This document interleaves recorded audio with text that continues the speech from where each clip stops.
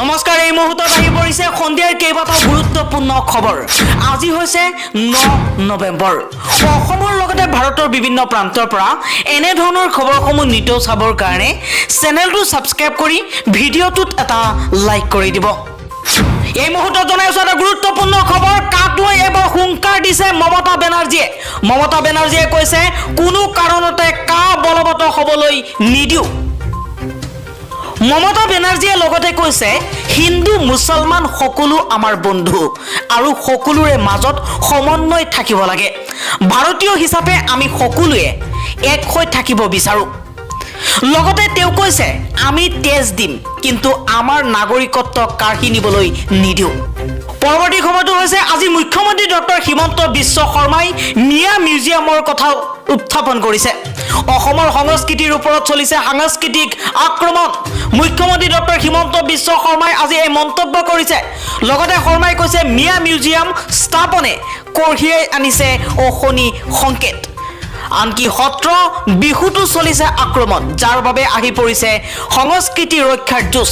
শ্ৰীমন্ত শংকৰদেৱ কলাক্ষেত্ৰৰ ৰূপালী জয়ন্তী বৰ্ষৰ শুভাৰম্ভণি অনুষ্ঠানত উপস্থিত হৈ এই মন্তব্য কৰিছে মুখ্যমন্ত্ৰী ডক্টৰ হিমন্ত বিশ্ব শৰ্মাই। আন এটা খবৰ হৈছে ৮,০০০ শিক্ষকৰ চাকৰি খাই শিক্ষা খণ্ডত অন্ধকাৰ যুগৰ পাতনি মেলিব খুজিছে হিমন্ত বিশ্ব শৰ্মাই। আজি হিমন্ত বিশ্ব শৰ্মাৰ বিৰুদ্ধে সৰব হৈ এই মন্তব্য কৰিছে সাংসদ অজিত কুমাৰ ভূঞাই। পৰৱৰ্তী খবৰটো হৈছে এতিয়া লোৱা হৈছে এক ডাঙৰ সিদ্ধান্ত মাদ্ৰাছাৰ বাবে। এখন হাতত কোৰাণ থাকিব, আন এখন হাতত থাকিব লেপটপ। শিক্ষা ব্যৱস্থা সলনি কৰিব মাদ্ৰাছাৰ। উত্তৰ প্ৰদেশ সংখ্যালঘু কল্যাণ মন্ত্ৰী ধৰ্মপাল সিংহৰ এই ভাষ্য। হয়, ঠিকেই শুনিছে। উত্তৰ প্ৰদেশত মাজে সময়ে হিন্দু আৰু মুছলমানৰ মাজত সাম্প্ৰদায়িক হিংসাত্মক ঘটা আমি দেখিবলৈ পাওঁ।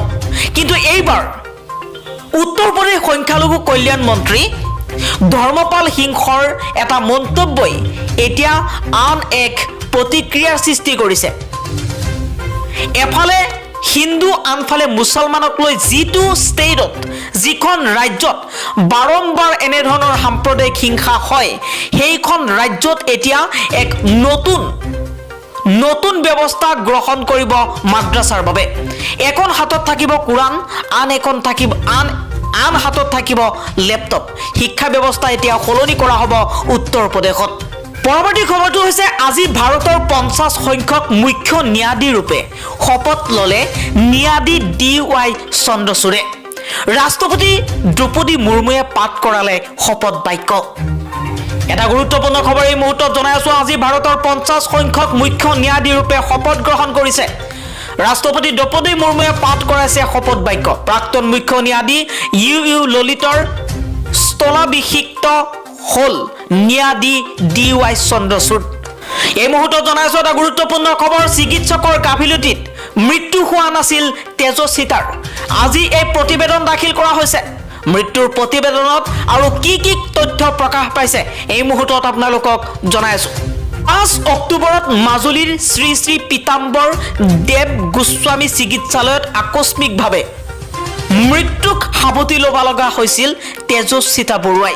আৰু তাৰ পাছতে পিতৃ মাতৃৰ অভিযোগৰ ভিত্তিত স্বাস্থ্যমন্ত্ৰী কেশৱ মহন্তই তেজস্বিতাৰ মৃত্যুৰ দণ্ডাধীশ পৰ্যায়ৰ তদন্ত ঘোষণা কৰিছিল। আৰু মাজুলী জিলাৰ অতিৰিক্ত উপায়ুক্ত ডক্টৰ সঞ্জীৱ কুমাৰ ফুকন আৰু মাজুলী ৰাজচক্ৰৰ চক্ৰ বিষয়া জয়দীপ ৰস্কক তদন্তৰ দায়িত্ব দিয়া হৈছিল।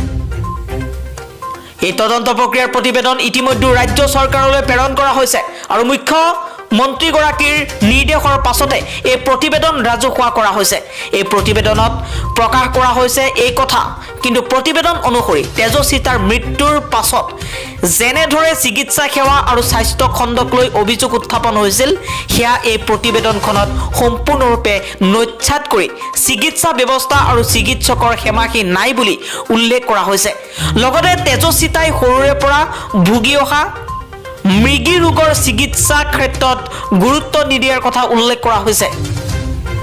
লগতে এই প্ৰতিবেদনত নাৰ্ছ 3 গৰাকীৰ উপস্থিতিত নথকা বা পলমকৈ উপস্থিত হোৱাৰ বিষয়ে উল্লেখ কৰাৰ লগতে চিকিৎসালয়খনৰ সেই সময়ৰ অধীক্ষক ডক্টৰ অমূল্য গোস্বামীৰ ছুটি মঞ্জুৰ হোৱাতকৈ অধিক সময় ছুটিত থকাৰ কথাও উল্লেখ কৰা হৈছে।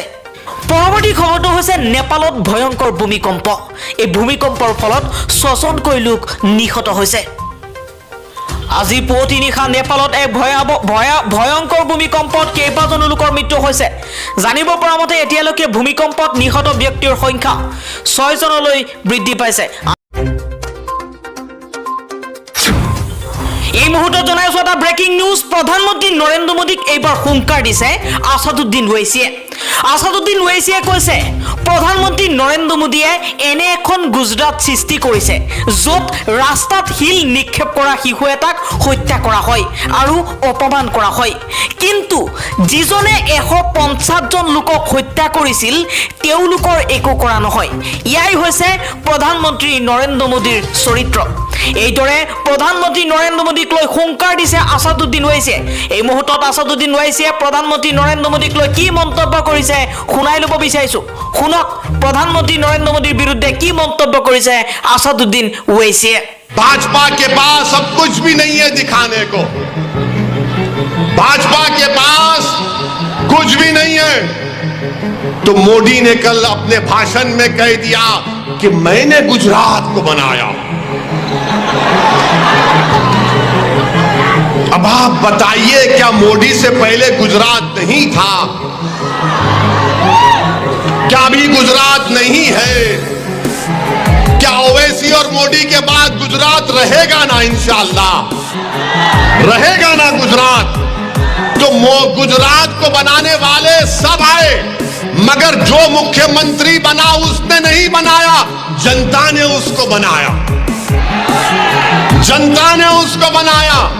हाँ मोदी जी, गुजरात को सौराष्ट्र की महिलाओं ने बनाया, गुजरात को डांग के आदिवासियों ने बनाया, गुजरात को वडगाम के दलितों ने बनाया, गुजरात को सूरत के इन कारोबार करने वालों ने बनाया जो रात के अंधेरे में भी हीरे की पॉलिश करते हैं, कपड़े पर एम्ब्रॉयडरी करते हैं। ये गुजरात बनाने वाले ये हैं, मोदी नहीं है गुजरात बनाने वाले। हाँ, गुजरात को किसी ने, मोदी जी आपने गुजरात में एक चीज जरूर बनाई, आपने मोरबी का ब्रिज बनाया जिससे 150 लोग मर गए। 150 लोग मर गए, जिसमें से 50 मासूम बच्चे थे। 2 साल का एक बच्चा भी था उसमें, 2 साल का एक बच्चा भी था। मोदी जी आप तो कहते हैं ना कि ना खाऊंगा ना खाने दूंगा, और भाजपा के लोग बोलते कि मोदी जी 18 घंटे काम करते, कोई बोलता 20 घंटे। ठीक है, हो सकता कि 24 घंटे काम करते होंगे, करना भी चाहिए, देश के प्रधानमंत्री हैं। मगर ये क्या बात है कि जिसको ब्रिज का कॉन्ट्रैक्ट मिला, जिसको ब्रिज का कॉन्ट्रैक्ट मिला, जिसकी जिम्मेदारी थी ब्रिज को देखना, वो अभी तक आराम से अपने घर में एयर कंडीशन खोल के सो रहा है मोदी जी। और गुजरात के जनता को ये पैगाम देना चाह रहा हूं कि मोदी जी ने बता दिया कि गुजरात के जनता की जान की कीमत 12 लाख है। आपकी जान की कीमत 12 लाख है। गुजरात की जनता सुन लो, तुम्हारे जान की कीमत 12 लाख है, क्योंकि वो कंपनी जिसको ब्रिज के लिए दिया गया था उसने सिर्फ 12 लाख उस पर खर्च किए। मेरे अजीज दोस्तों और बुजुर्गों, मोदी जी इस पर कुछ नहीं कहेंगे। हाँ मोदी जी, आपने गुजरात को बनाया जरूर कि रोड पर लाकर बच्चों को पीटा जाता है, बेइज्जती की जाती है, मगर एक पत्थर फेंकने वाले बच्चों को रोड पर लाकर मारा जाता है। जिसने 150 लोगों को मरवा दिया उसको कुछ नहीं किया जाता। ये इंसाफ है, ये इंसाफ का पैमाना कि पत्थर फेंकेगा तो रोड पर लाकर लठम से मारकर उसकी बेइज्जती की जाएगी, मगर जिसकी वजह से 50 मासूम बच्चे मौत की आगोश में चले गए, 150 परिवार के लोग मर गए, उसको लाठी तो छोड़ो, उसको तो कोई देखकर भी नहीं पूछता कि क्या